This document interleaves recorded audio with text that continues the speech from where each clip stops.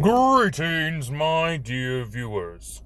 Welcome back to another Dungeons & Dragons character conversion.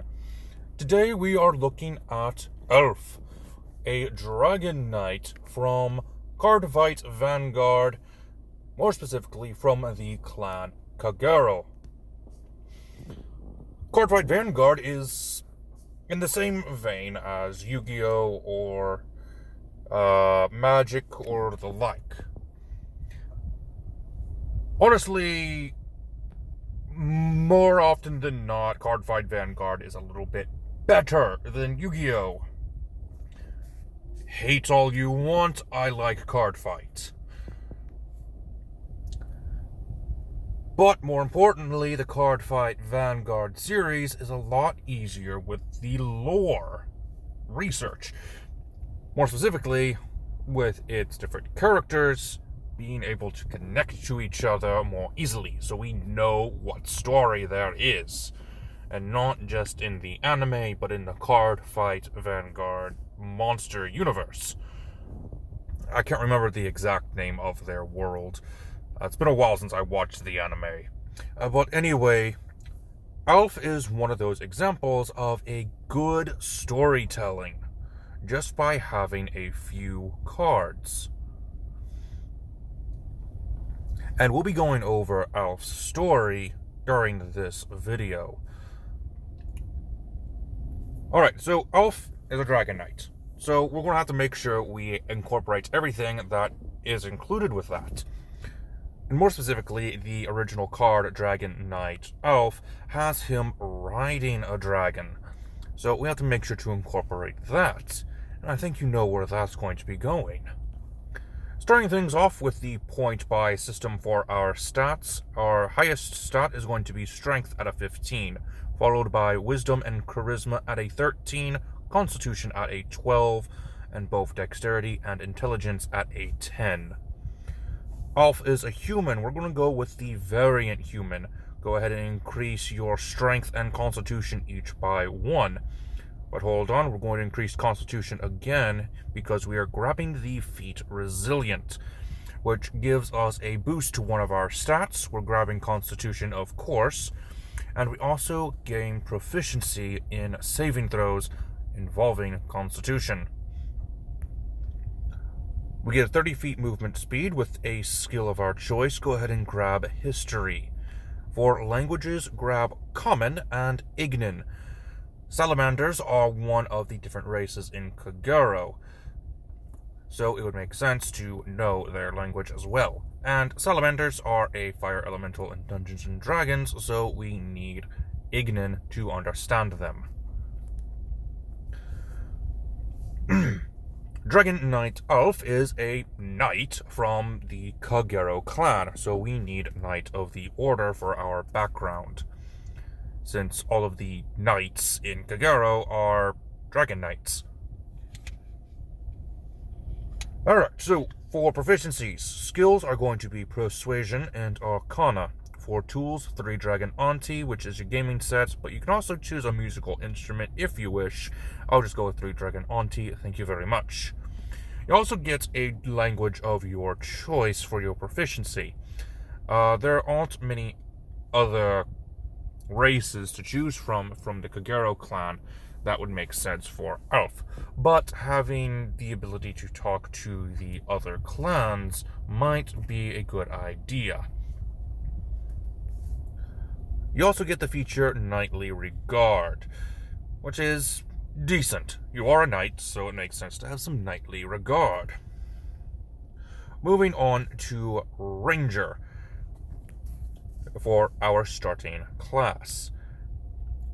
We get a D10 hit die. For skills, grab Athletics, Insights, and Investigation. We'll get the Favored Foe and Deft Explorer optional features instead of the Favored Enemy and Natural Explorer. Level 2 Rangers get a Fighting Style. Grab Blind Fighting. You also get Spellcasting, which uses your Wisdom modifier. Level 3 Rangers get the Primeval Awareness, and also an Archetype. We're grabbing the Drake Warden, which can be found in Fizban's Treasury of Dragons. this gives us Draconic Gift and Drac Companion. So we have a dragon with us at all times. Basically, we are a buffed Beastmaster. Continuing on to level 4 Ranger, go ahead and increase Wisdom and Charisma each by 1. Level 5 Rangers gets an extra attack. Level 7 Rangers get Bond of Fang and Scale from the Drake Warden. This improves our Drake Companion. More specifically, it gets it to grow up a little bit, and we'll be able to ride it. However, since we are riding it, it is unable to fly thanks to this feature. That comes in later. Level 8 Rangers get Land's Stride and another ability score improvement. Increase that Charisma to a 16 because it's going to come in handy later. Level 10 Rangers get Hide in Plain Sight. Level 11 Rangers get Drake's Breath. Now our Drake Companion is able to breathe, well, any type of breath weapon, but most likely it's going to be fire, since most of the dragons in Cardfight Vanguard are fire dragons. Especially in the Kagero clan, where they're called the Flame Dragon. Level 12 Rangers get an ability score improvement or a feat. We're going to go with Gift of the Chromatic Dragon. Reason being is that the main dragon in the Kagero clan, Draconic Overlord, is most definitely a red dragon. So, Gift of Chromatic Dragon will give us a bonus to any attacks we make with our melee weapons. This is the Diablo Buster that Aleph is known for.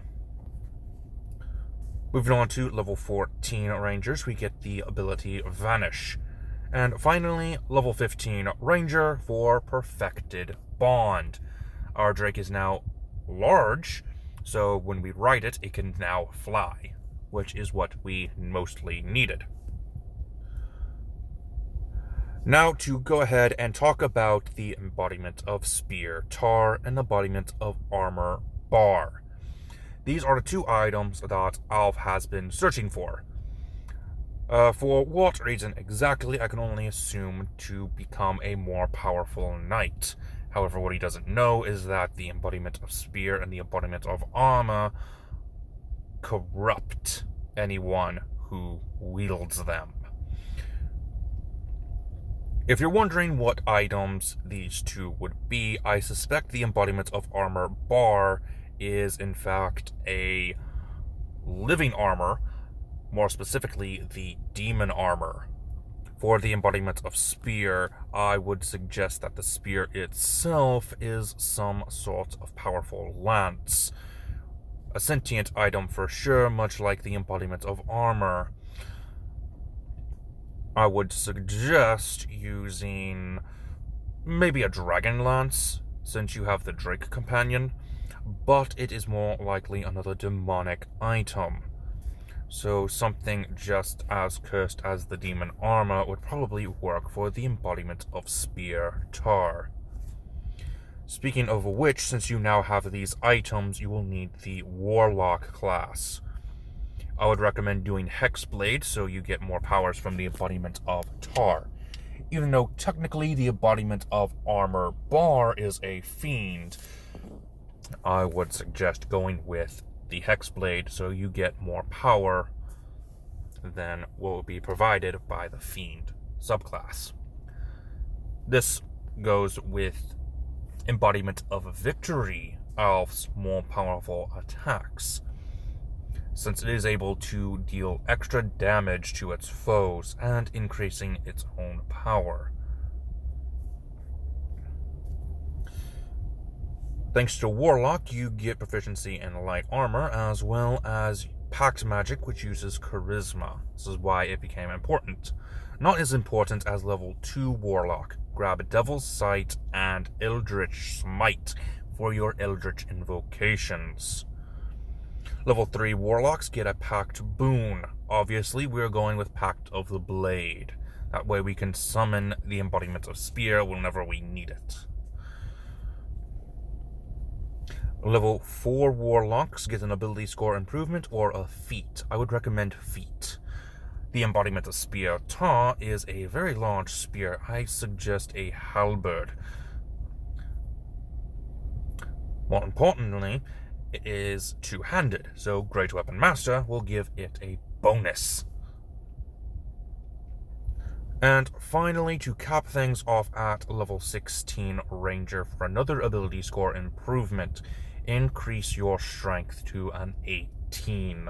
This will give your attacks a +4. Well, that was Dragon Knight, oh no, correction, Embodiment of Victory, Aleph. I do hope you have enjoyed this video. If you want to see more Cardfight Vanguard builds, go ahead and leave a comment down below on who you would like to personally see next. I personally would like to do a Blaster Blade build, since that's one of my more favorite ones. Not as favorite as Embodiment of Victory, of course. But I still would like to do that in the future. Until next time, my dear viewers, this has been Drahan, and I am offline.